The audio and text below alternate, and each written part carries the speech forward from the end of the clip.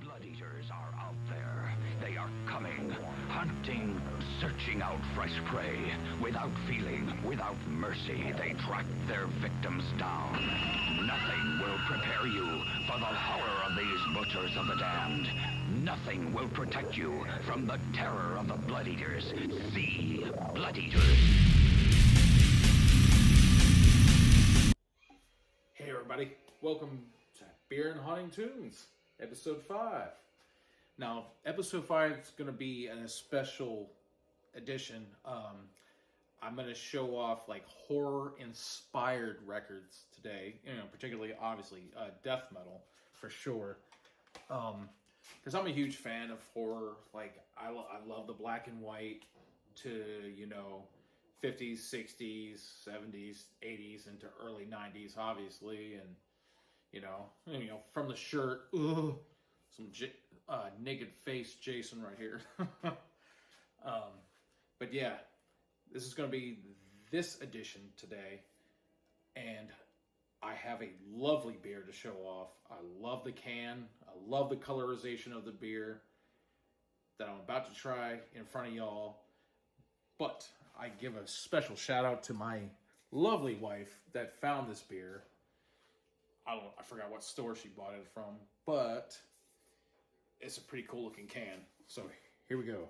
It's called Red Rum Bloodsucker IPA, which is from the Center of the Universe Brewery. Got the bat right up there, but here's the cool part. Oh, look at that. That scary looking face. Yeah, creepy looking shit. Reminds me of Salem's Lot kind of fucking thing. But yeah, but here it is. It's a reddish IPA. Look at that. I've never seen an IPA kind of like red. It's always been yellowish. But okay, well, let's go for it. Let's try it. Oh. Whew. Yeah. It's definitely an IPA for sure. But just having it looking at it being red, a little different. But it's pretty good. I give it an 8 out of 10 for sure. It's very crisp. Yeah. I definitely could see myself eating some chicken wings with that. For sure. But yeah, but you have a can like that. Come on. Yeah. Come on. Hell yeah. All right. Now, on to the music. First one I'm about to show here. I really love this demo. It's very heavy, slow droning death metal. It's a one-man project. I wish I did more info on it, but this one reminded me of a certain movie. But these guys are called what is it? Perihelion Genosis, and this is their demo, Sigil Summoning. Yes. Now, this is the front cover. Right there. Yeah. That's a cool graphic and stuff, everything. Now, why I chose this one is because it reminds me of John Carpenter's Prince of Darkness. Where that evil hand coming out of that mirror, like, kind of a thing. Yeah. That's what reminded me of that with this picture. I was like, hell yeah. That's why I was like, man, I gotta buy that. Just because of that. Like, dude, it's a killer demo. Killer demo and awesome as photo. It's a sick photo. Ha! Alright. Next one is a vinyl. And these guys, they don't need any kind of introduction. Classic death metalers. Technically, I wouldn't say quite pioneers, but they were around the pioneers and stuff like that. Amongst them. But They did come along the scene in 1990 with their first album, Swamped in Gore. But this is one of their more recent albums. But it was entirely inspired by The Thing, which I love. I love The Thing. I watch it a lot. You know, come on. Shit. Broken Hopes, Mutilated, and Assimilated. Yes.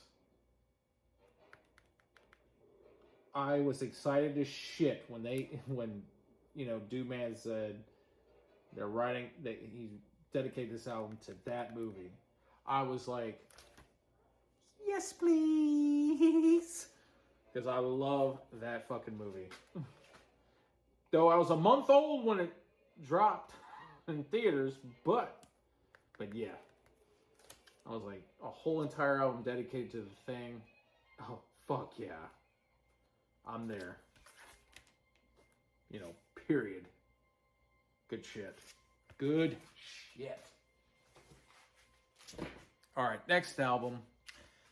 This next one is, you know, kind of like, it's sentimental for me. I mean, you know, it got me into the really, really underground death metal scene and stuff like that. These guys and certain other bands too, but there was a guy. He actually bought the CD, and I guess he didn't like it, and then he was like, "Dude, do you want this album or whatever?" I was like, "Why?" I'm like, "Why would you ask? You know, give me this?" He's like, "I don't really like it. Singer sucks. You know, the music is not that great or whatever." And I'm like, "Oh, okay. Like, why would you ask me or whatever?"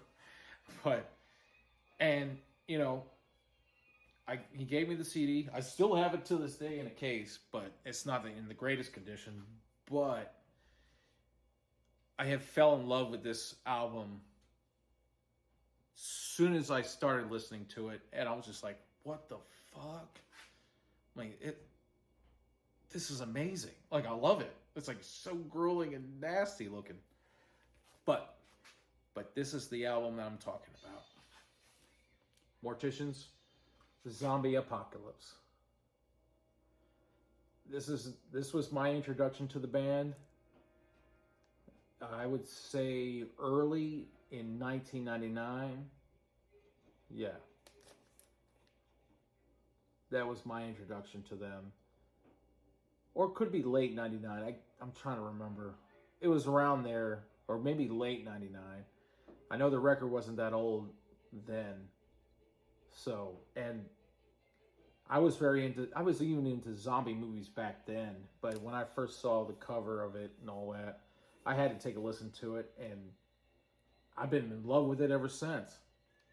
So as soon as I listened to this record, I tracked back to their, earlier records and all that and stuff like that. I was just in love with the band. I still am to this day. I even have their demos.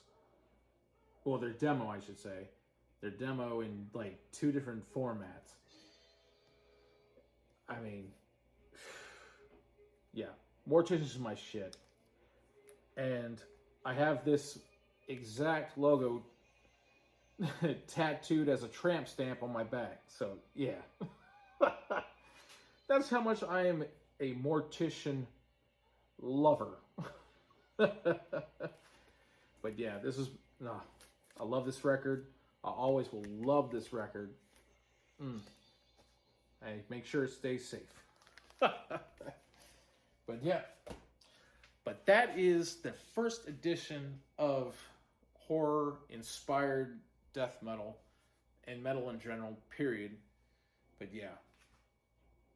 So, that's the end of this, end of the first segment of horror-inspired demos and metal and CDs and whatever, blah, blah, blah, all that good stuff. And a delicious red IPA. A little bit of fine wine. All right. Y'all stay cool, Enjoy the rest of your Saturday night. Stay brutal.